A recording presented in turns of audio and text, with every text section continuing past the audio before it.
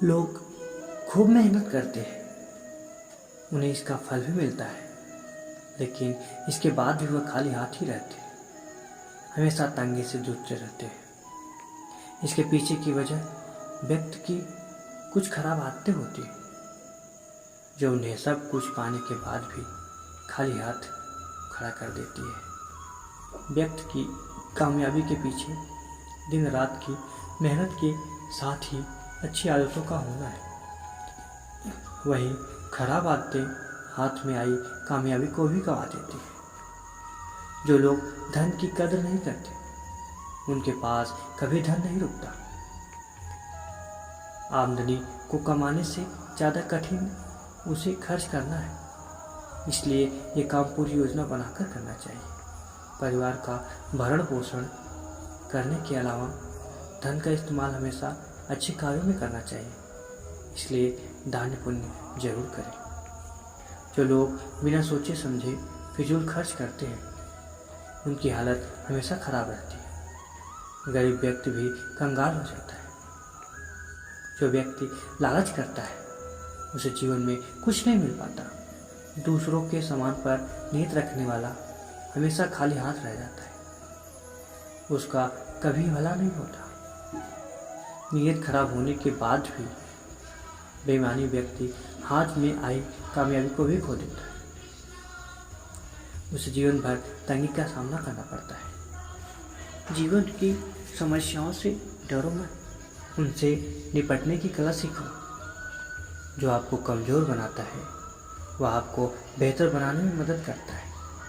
कल से करेंगे ये शब्द आपको कभी कामयाब नहीं होने देंगे। एक गांव में 8 वर्ष का सूर्य नाम का एक बेहद दुर्लभ बालक था। उसका परिवार का व्यवसाय लकड़ी काटना और उन्हें बाजार में बेचना था। एक दिन सूरज यमुना नदी के किनारे पर लकड़ी काट रहा था। एक पेड़ की सूखी टहनी यमुना नदी की ओर झुकी हुई थी। सूरज की खास बात यह थी कि वह कभी भी हरी टहनी कभी नहीं काटता था। उसने देखा कि जो टहनी यमुना नदी की ओर झुकी हुई है, वह बिल्कुल सूखी हुई है। उसने कुल्हाड़ी लेकर उसे काटने के बारे में सोचा।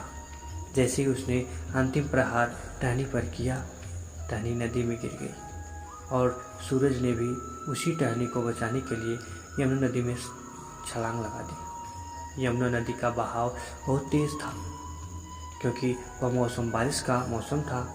सूरज काफ़ी देर तक नदी से बाहर निकलने के लिए प्रयास करता रहा, परंतु उस धारा में खुद को बहने से ना रोक सका।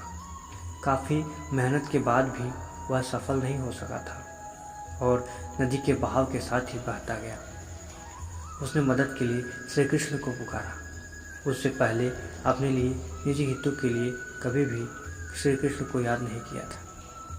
श्री कृष्ण भी कभी अब भक्त की पुकार सुनते ही नदी के किनारे पहुंच गए। उन्होंने देखा कि सूरज बेहोश और अचेत अवस्था में है बंद थी, परंतु उसको एहसास हो रहा था कि किसी ने उसे बीच नदी से बाहर निकाला है और उसकी देख रेख कर रहा है। जैसे ही सूरज नींद से उठा, उसने देखा उसके आसपास कोई भी नहीं है, परंतु वहाँ पर एक मोर पंख पड़ा था। इस मोर के पंख को देखकर वह समझ गया कि उसके प्रभु श्री कृष्ण ने ही उसे